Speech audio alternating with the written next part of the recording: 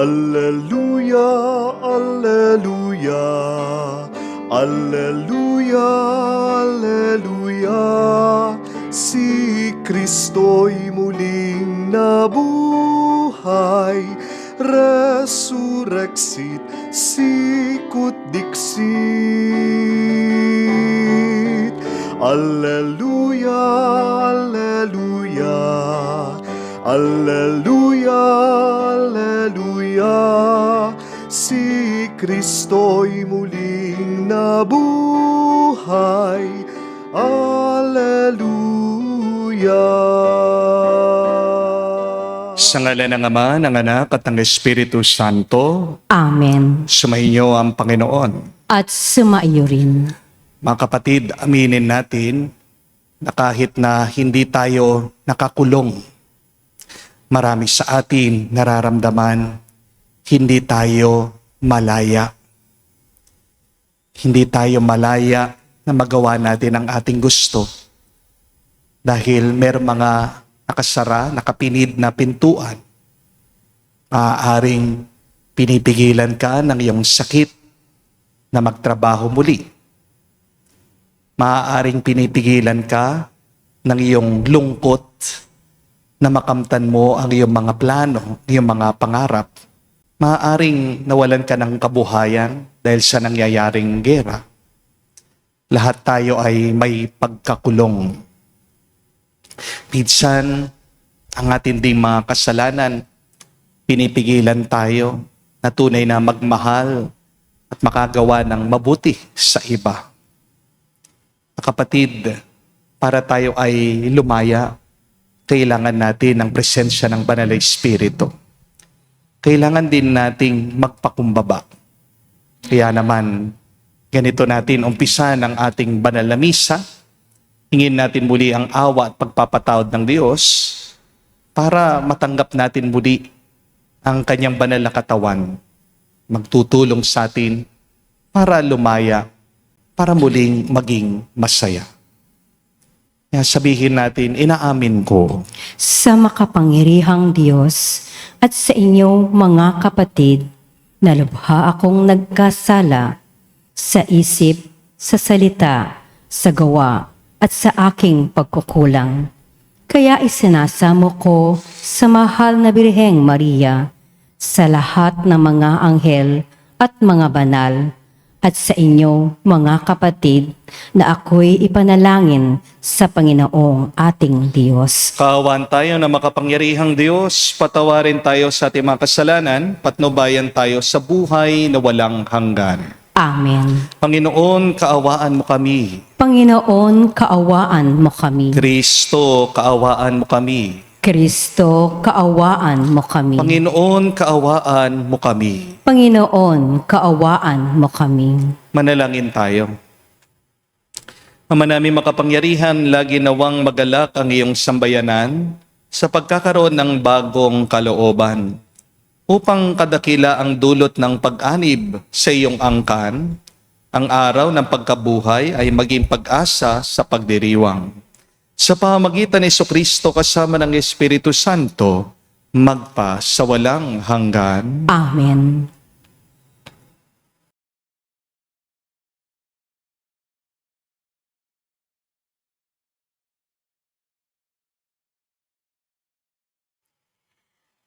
Pagbasa mula sa mga gawa ng mga apostol. Noong mga araw na iyon, dinaluhong sina Pablo at Silas ng mga tao.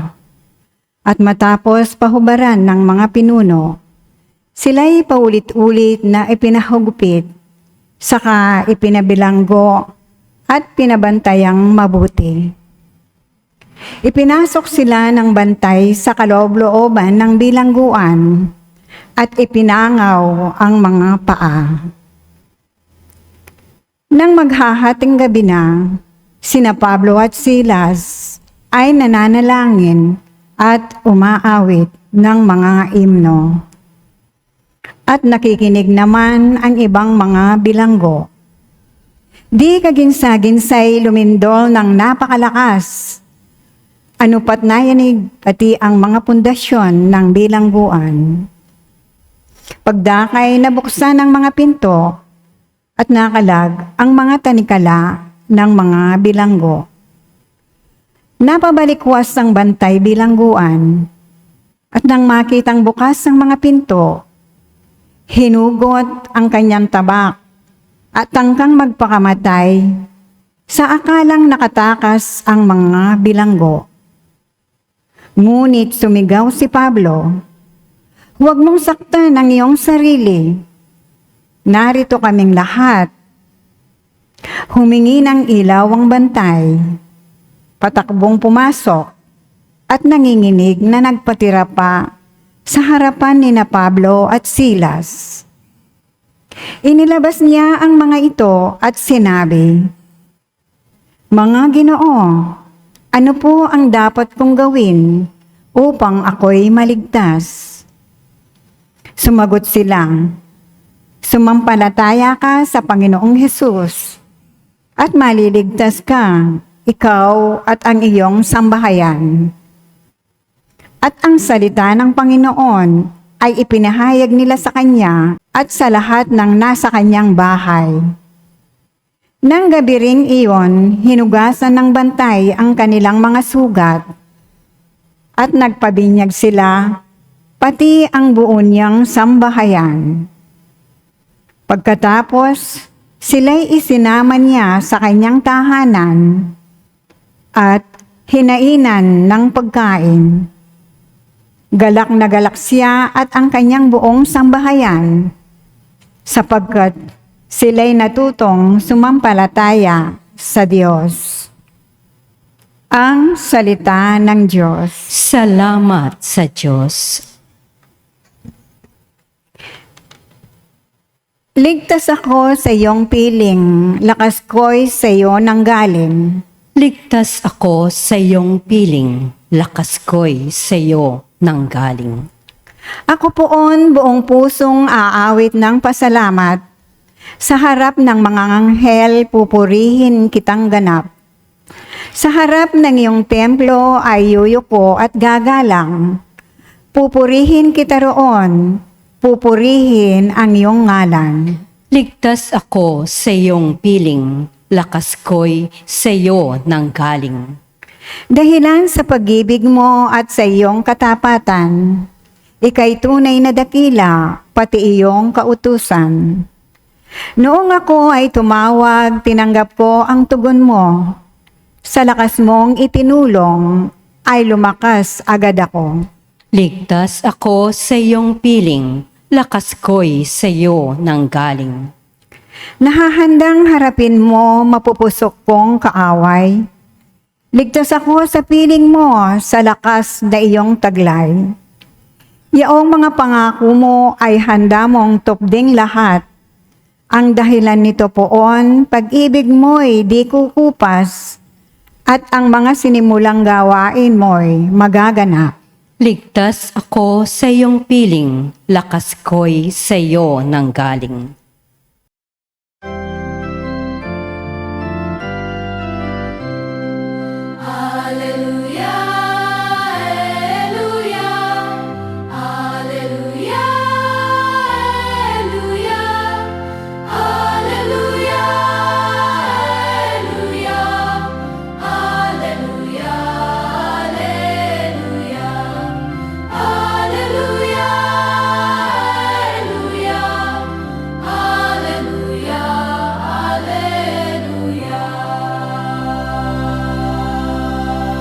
Espiritong isusugo, totoo ang ituturo, pangako ni Kristong Guro. Aleluya, aleluya. Sumainyo ang Panginoon. At sumaiyo rin. Ang mabuting balita ng Panginoon ayon kay San Juan. Papuri sa iyo, Panginoon. Nung panong yun, sinabi ni Jesus sa kanyang mga alagad, "Ngayoy paroroon na ako sa nagsugo sa akin. Wala isa man sa inyong nagtatanong sa akin kung saan ako pupunta. At ngayon sasabihin ko sa inyo, natigib kayo ng kalungkutan, ngunit dapat ninyong malaman ang katotohanan. Ang pag-alis ko'y sa ikabubuti ninyo. sapagkat hindi paparito sa inyo ang patnubay kung hindi ako aalis. Ngunit kung aalis ako, susuguin ko siya sa inyo. Pagdating niya ay kanyang patutunayan sa mga tao sa sanlibutan na mali ang pagkakakilala nila sa kasalanan. At ipapakilala niya kung ano ang matuwid at kung ano ang kahatulan.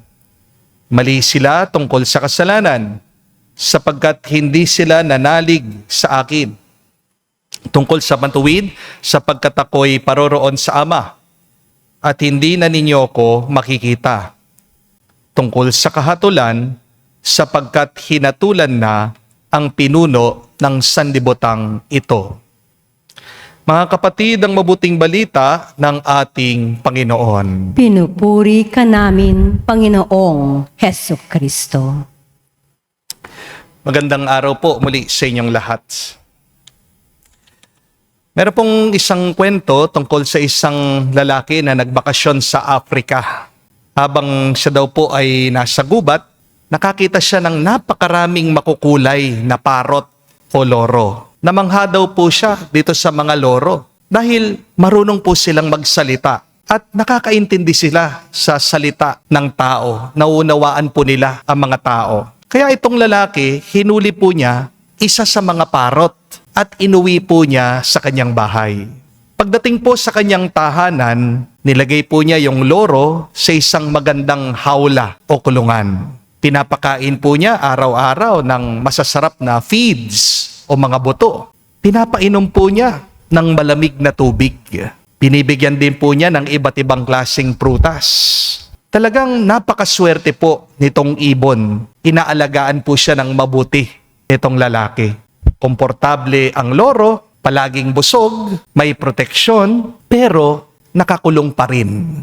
Makalipas po ang ilang panahon, itong lalaki bumalik po sa Africa. Bago po siya umalis, tinatanong niya yung alaga niyang loro, meron ka bang gustong ipasabi sa mga kaibigan mo doon sa gubat sa Africa?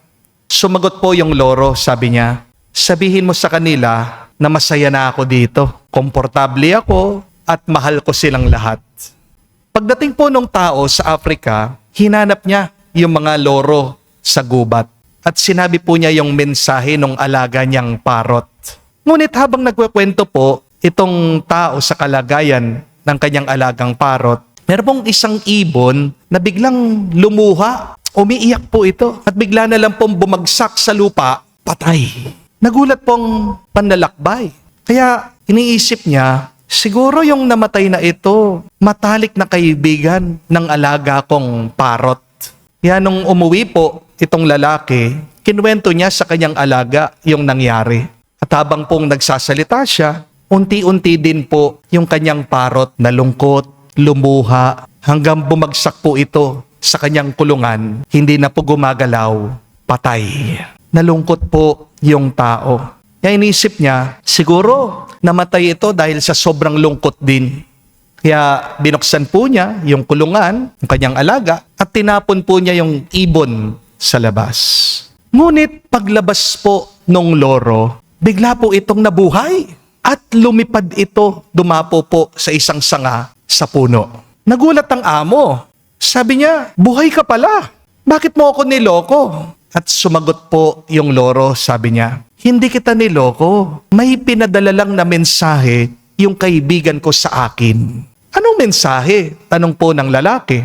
At sumagot po yung loro, ang gusto niyang sabihin sa akin dun sa kinwento mo, kung gusto kong makalaya dito sa kulungan, kailangan kong mamatay habang ako'y nabubuhay pa. Wow, what a deep lesson. And I think a lot of us need to learn this lesson. That if we want to escape from our cages, we must die while we are still alive. Mga kapatid, ang problema kasi ng napakarami sa atin, tinatanggap na lang natin ang ating mga kulungan. Minsan, hindi tayo makalaya dahil natutunan na nating maging komportable sa ating mga problema. Nasanay na tayo. Kinukumbinsi natin ang ating mga sarili na okay lang tayo. At unti-unti, ang mga bagay na sumisira sa atin, nagiging normal na. Minsan, mas gusto pa natin na humiga-higa sa malambot na kama o sopa kaysa sa bumangon, mag-exercise, at talagaan natin ang ating mga katawan. Gusto nating gumaling, pero ayaw nating mapagod. Di po ba? May iba naman, tinitiis na lang ang pag-aabuso ng kanilang mga boss dahil iniisip nila yung sweldo, yung pera na tatanggapin nila. Kaya may pera nga, pero unti-unti nauubos ang dignidad, ang kapayapaan at ang pagkatao. Inaaliw natin ang ating mga sarili sa YouTube, sa social media, sa online shopping, sa paggagala sa mall. Imbis na harapin natin yung mga totoong problema natin. Umiiwas tayo sa mga pagsubok natin. Dinidistract natin madalas ang ating mga sarili. Ayaw nating kausapin yung asawa nating lumayo. Kaya naman pinipili natin na magpakabisi na lang para hindi natin maramdaman ang sakit. But remember this, my dear friends. Sometimes comfort can become your prison. Amen? Hindi po lahat ng komportable nakakabuti sa'yo. May mga tao komportable na sa toxic relationship. Merong mga iba komportable na sa kasalanan nila. Merong iba komportable sa kahirapan. Okay na yung palagi na lang humihingi sa iba. Merong mga iba komportable sa pagiging tamad. Meron na rin naging komportable sa galit, sa pride, ayaw magpatawad. At meron na ding naging komportable sa buhay kahit na sila'y malayo sa Diyos. Okay lang sa kanila kahit hindi magsimba. Okay lang sa kanila kahit hindi magdasal. At dahil komportable, ayaw na magbago. Pero mag-ingat kayo. Kapag hindi kayo nagbabago, isa lang ibig sabihin na mamatay na kayo. Amen? Tandaan po natin ito. Healing begins when comfort is challenged. Hindi lalakas ang katawan mo kung walang hirap. Di po ba? Hindi gagaling ang relasyon kung walang honest conversations. Hindi rin uunlad ang buhay mo kung puro ka excuses. Palagi ko po sinasabi yan sa mga naghihirap sa buhay, sa mga maraming utang, that the successful person did not get to where they are because of excuses. Your excuses will not bring you to the top. Effort does. Faith does. Discipline does. Mahirap po ang mga bagay na yan. At tandaan nyo din po, hindi lalalim ang pananampalataya mo kung ayaw mong bumitiw sa mga bagay-bagay na unti-unting bumibihag sa iyo. Kaya minsan, hinahayaan ng Diyos na magkaroon ng lindol sa ating buhay. Katulad po na nangyari sa unang pagbasa kay San Pablo at Silas. Bakit? Para saan po ang mga lindol ng ating buhay? Hindi para bigyan tayo ng hirap sa ating buhay, pero para mabuksan ang mga saradong pintuan, para mahulog ang mga tanikala. Minsan ang problema, hindi naman talaga sumpa. Gising yan ng Diyos sa iyo. Amen?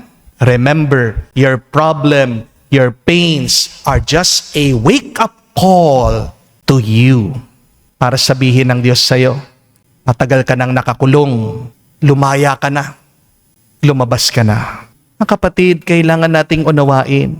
Hindi naman po tayo ginawa ng Diyos para makakulong lang. Hindi tayo ginawa ng Diyos para masanay sa mga tanikala sa kulungan. Bumangon ka, lumaya ka, magbago ka. Dahil ang tunay na kalayaan, nagsisimula po kapag tumigil ka na gawin ang mga komportable na sumisira sa buhay mo.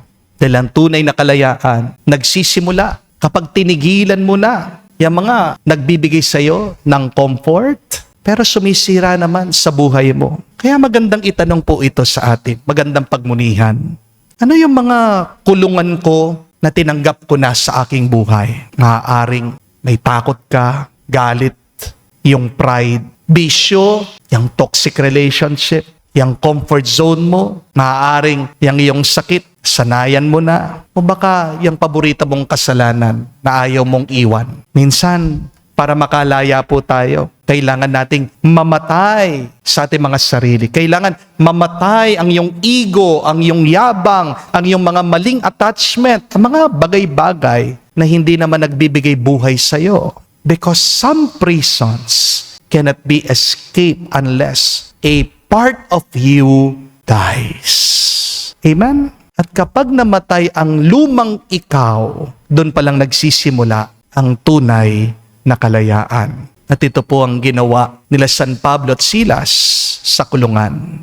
Oo, nakakulong po sila physically, nakatanikala sila, nakapiit sila, sugatan, pinagbubugbog nga sila Pero ang nakakagulat, nung gabi daw habang sa kulungan, umawit sila. Nagdasal sila, nagpuri sila sa Diyos. Bakit? Dahil matagal nang namatay sa kanila ang isang bagay. Wala na silang takot. Patay na ang pangamba sa puso nila. Dahil buhay ang kanilang pananalig at pananampalataya sa Diyos na muling nabuhay mula sa kamatayan. At yan ang Diyos na nagpapalaya. It is only God who frees us. So understand, no matter how much money you have, it will not free you. No matter how much sin you do, it will never make you happy. Amen? Kahit na magliwaliw ka, kahit na i-distract mo ang iyong sarili, hindi naman yan na magpapalaya sa iyo, hindi yan na magbibigay sa iyo ng magaan na kalooban. Oo, maaaring habang nanonood ka, napangiti ka, sumaya ka, pero pagkatapos ng pelikula, nandun pa rin ang lungkot. Di po ba, kapatid? Hindi po pinalaya ng Diyos si San Pablo at si Silas dahil wala silang problema. Pinalaya sila dahil kahit na may problema, hindi nila hinayaan makulong sila ng kanilang mga takot sa kanilang mga puso. Habang sila'y nakakadena, umawit sila. Habang sugatan sila, nagdasal sila. Habang sila ay nasa dilim, nagpuri sila sa Diyos. At yan ang tunay na pananampalataya. Do not praise God because you do not have any problem. Praise God in the midst of your problem because God is everything. God can provide. God can help you to escape whatever problem, whatever prison, whatever cage you are in your life. Remember this. Faith is not praising God after the storm has passed. But faith is praising God while we are in chains. At dito po nangyayari ang himala. Lumindol habang merong kakulangan, nabuksan ang pintuan, nawala ang mga tanikala. Bakit? Because fear imprisons while faith liberates. Ang nakakapagpalaya ay ang ating pananampalataya. Kaya sa banal na misa pong ito, sabihin natin sa Diyos, kung ano ang mga karanasan natin ng pagkakulong. Hilingin natin na tayo'y tulungan niyang mamatay sa ating mga loob para kamukha niya muli tayong mabuhay. At pangalawa, harinawa, kahit na masakit, mahirap, iwanan natin ang mga nakasanayan nating kulungan. Dahil hindi ka tunay na magiging masaya at malaya kung ikaw ay nakakulong pa rin. Naway ang Diyos na nagpalaya kila San Pablo, palayain din tayo. At ngayon pa lang, tayo nagpapasalamat na sa kanyang tulong, purihin natin at pasalamatan ang Diyos. Amen. Tumayo po tayo. Bago umakyat sa langit, pinangako sa atin ni Jesus ang isa pang katulong na makakapiling natin tulad niya. Ating sabihin, Panginoon, dinggin mo kami. Panginoon, dinggin mo kami.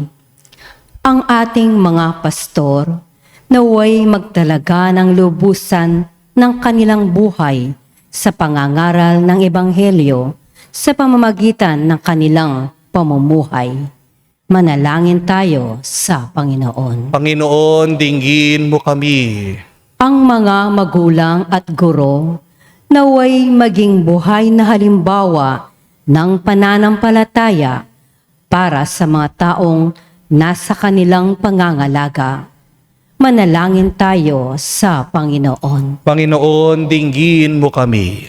Atin nawang pagsikapang mabuti na gawin ang anumang nararapat upang ang salita ng Diyos ay maging isang buhay na kapangyarihang magiging kaakibat ng lahat ng ating ikikilos. Manalangin tayo sa Panginoon. Panginoon, dinggin mo kami. Sa katahimikan po ng ating puso, banggitin natin sa Diyos ang ating mga personal na pangangailangan. Ama, tagapagbigay ng lahat ng biyaya, masagana mong ipagkaloob sa amin ng iyong Espiritu upang makapamuhay kami na may kabanalan at magsikap para sa pagdating ng iyong kaharian. Hinihiling namin ito sa pamagitan ni Kristo, aming Panginoon. Amen.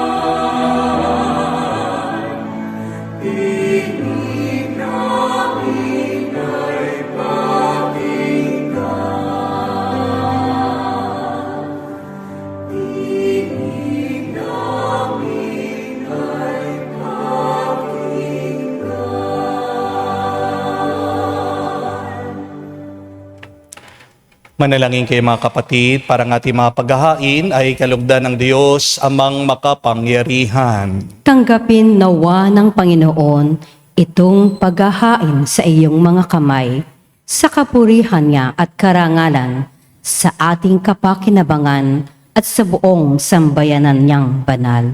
Ama naming lumikha, ipagkaloob mong kami ay laging magalak sa pagdiriwang ng Pasko ng pagkabuhay ng iyong anak, upang ang ginagawang patuloy na pagsagip sa amin ay maging sanhi ng aming ligayang walang maliw. Sa pamagitan niya kasama ng Espiritu Santo, magpa sa walang hanggan. Amen. Sumainyo ang Panginoon. At sumaiyo rin. Itaas sa Diyos sa inyong mga puso at diwa. Itinaas na namin sa Panginoon. Pasalamatan natin ang Panginoong ating Diyos. Marapat na siya ay pasalamatan. Ama namin makapangyarihan, tunay nga marapat ikaw ang aming pasalamatan. Ngayong pinagdiriwang ang paghahain ng Mesiyas, ang maamong tupa na tumubos sa aming lahat. Naghahaing walang humpay ang anak mong minamahal upang magkasalo-salo ang tanan sa piging ng iyong buhay. Hindi na mamamatay ang inihain sa krus. Ang sa krus pinakoy, buhay laging bilang handog. Kaya kaisa na mga anghel nagsisiawit ng papuri sa iyo. Nang walang humpay sa kalangitan, kami nagbubunyi sa iyong kadakilaan.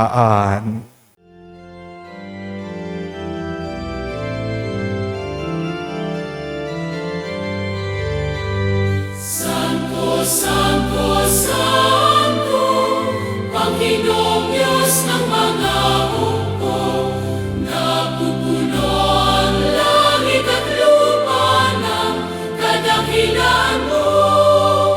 Hosana, Hosana, sa kainasan, pinagpalang na paririto sa ngalan ng Panginoon. Hosana, Hosana, sa kainasan. Hosana, Hosana, sa kainasan.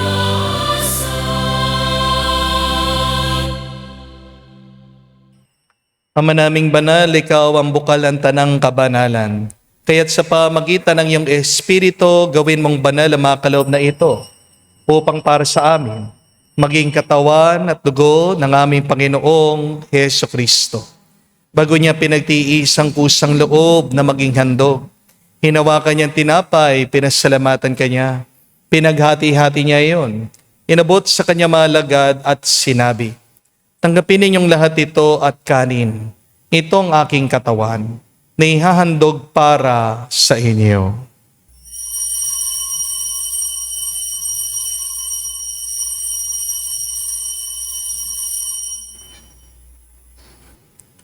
Gayon din naman, nung matapos ang hapunan, hinawakan niyang kalis. Muli kanyang pinasalamatan.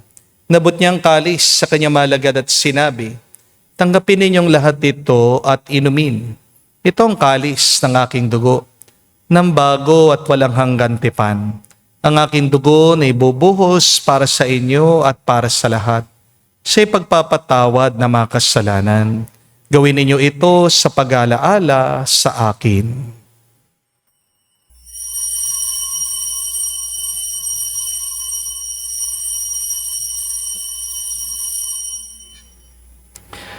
Ang misteryo ng pananampalataya.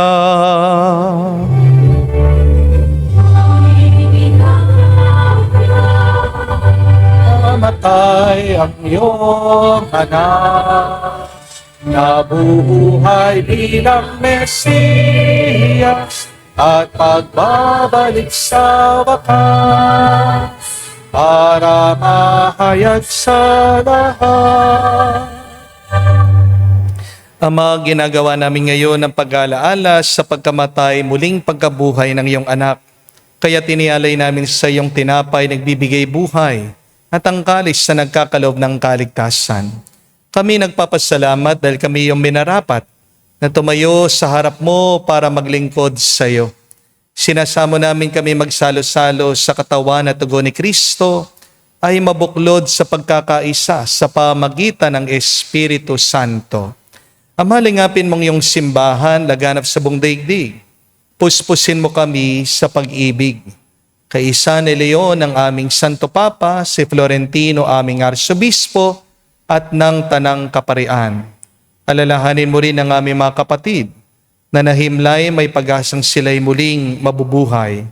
Gayon din naman lahat ng mga pumanaw. Kawan mo't sila't patuloyin sa iyong kaliwanagan. Kawan mo at pagindapatin kaming lahat makasalo sa iyong buhay na walang wakas. Kaisa na mahal na Birhen Maria, Ina ng Diyos. Kaisa ni San Jose, ang kanyang malwalhating esposo. Kaisa ng mga apostol, lahat ng mga banal na namuhay dito sa daigdig na kalugod-lugod sa iyo. May pagdiwang nawa namin ang pagpupuri sa ikararangal mo sa pamagitan ng iyong anak, aming Panginoong Heso Kristo. Sa pamamagitan ni Kristo, kasama niya at sa Kanya, ang lahat ng parangal at papuri ay sa iyo, Diyos Ama, makapangyarihan, kasama ng Espiritu Santo, magpasawalang hanggan.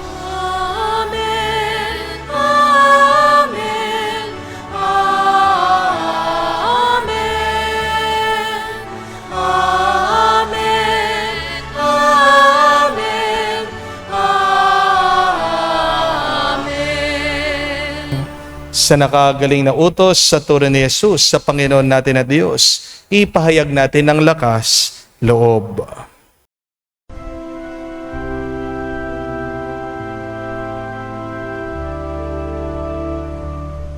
Ama namin, sumasalangit ka, sambahin ang ngalan mo. Mapasa amin ang kaharian mo. Sundin ang loob mo dito sa lupa. Para ng sa langit.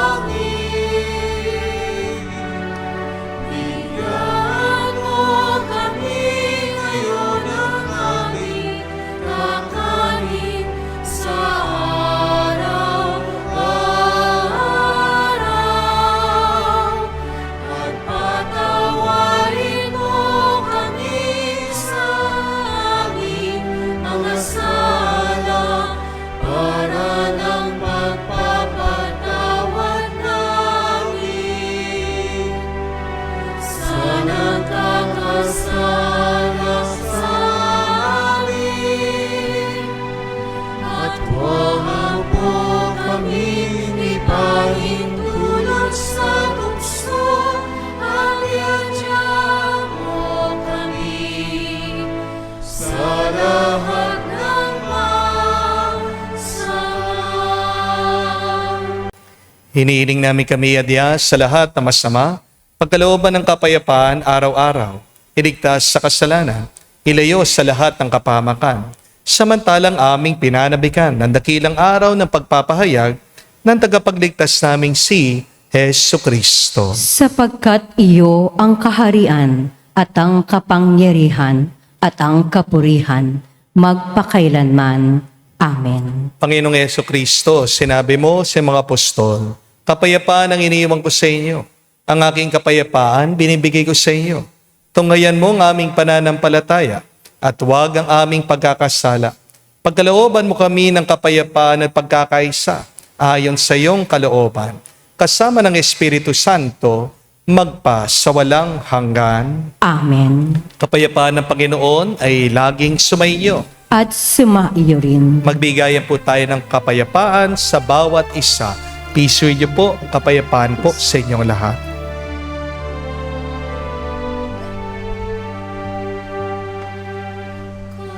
Kordero ng Diyos na nag-aalis ng mga kasalanan ng sanlibutan, maawa ka sa amin.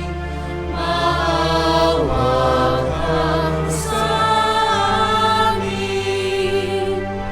Kordero ng Diyos na nag-aalis ng mga kasalanan ng sanlibutan, maawa ka sa amin.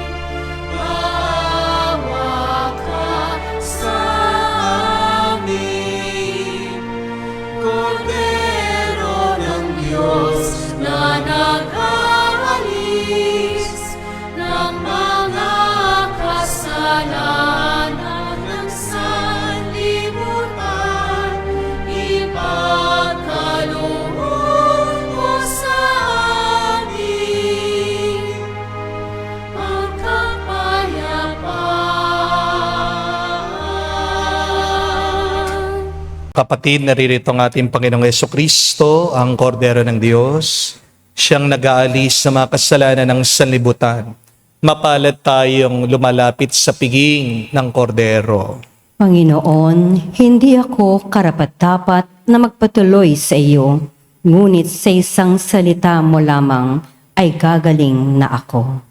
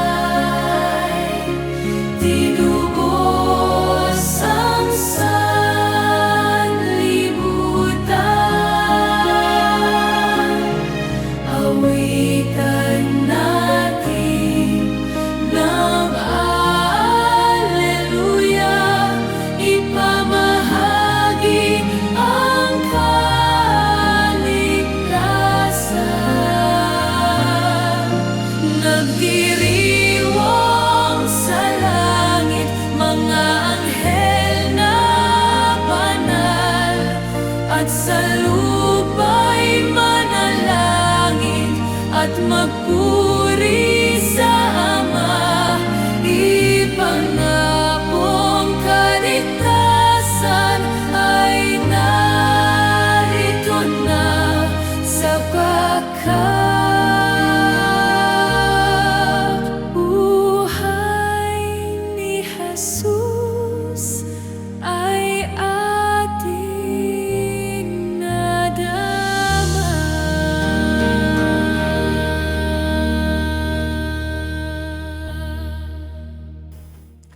Manalangin tayo. Ama namin mapagmahal, ang aming mga pagluhog ay iyong pakinggan para sa pagkakamit ng iyong tulong sa amin araw-araw at para sa pagkakaloob ng ligayang walang katapusan na pawang dinudulot ng banal na pakikinabang sa pagdiriwang sa pagpapalitan ng iyong bigay at aming alay sa pamagitan ni Jesucristo kasama ng Espiritu Santo, magpa sa walang hanggan. Amen. Mga kapatid, tandaan niyo po na mayroong mga ibang tao na hindi makalaya sa kanilang mga pagdurusa, problema, kasi pinipili nilang maging komportable na sa kanilang mga problema at pagdurusa. Some people cannot be free because they have decorated their cages. Yung mga iba na nahihirapan daw maglakad, nagpapabili ng mga electric wheelchair. Alam niyo po yun? Dahil nasanay na, nagdadrive. Paano pa makakatayo kung hindi mo sasanayin ang iyong sarili sa pagtayo? Hindi lalakas muli ang iyong mga buto.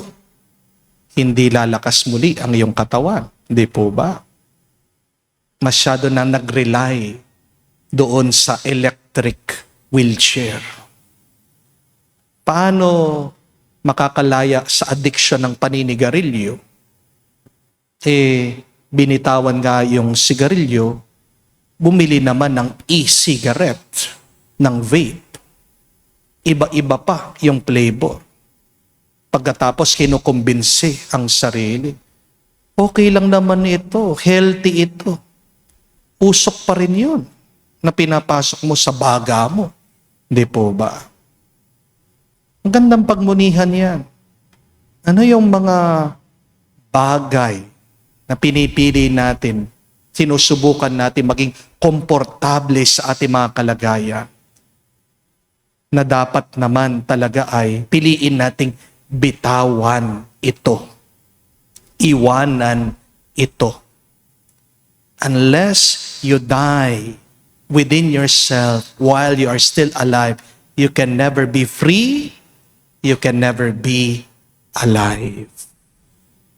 Naway kamukha ni San Pablo, ni Silas, matay ang takot sa atin, mamatay ang kataasan ng loob at mabuhay ang pananampalataya sa Diyos. It is faith that liberates, but it is fear that imprison us. Anong magandang gawin sa gitna ng mga problema na nagkukulong sa atin?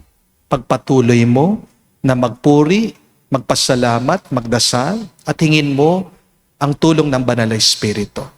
Dahil anong pangako ng ating Panginoon, ang Banal na Espiritong magpapalinaw sa iyo sa lahat, ang Banal na Espiritu ang magpapakita sa iyo ng tamang daan. Kaya sa araw na ito, ating sabihin, ulit-ulitin natin, Come, Holy Spirit, free us, liberate us. Dahil hanggat hindi ka malaya, hindi ka magiging masaya at payapa. Sumainyo ang Panginoon. At sumaiyo rin. At kayo basbasan ng Diyos, makapangyarihan sa lahat, sa ngalan ng Ama, ng Anak, ng Espiritu Santo. Amen. Ang ating misa ay natapos na. Humayo kayo sa kapayapaan ni Kristo. Salamat sa Diyos.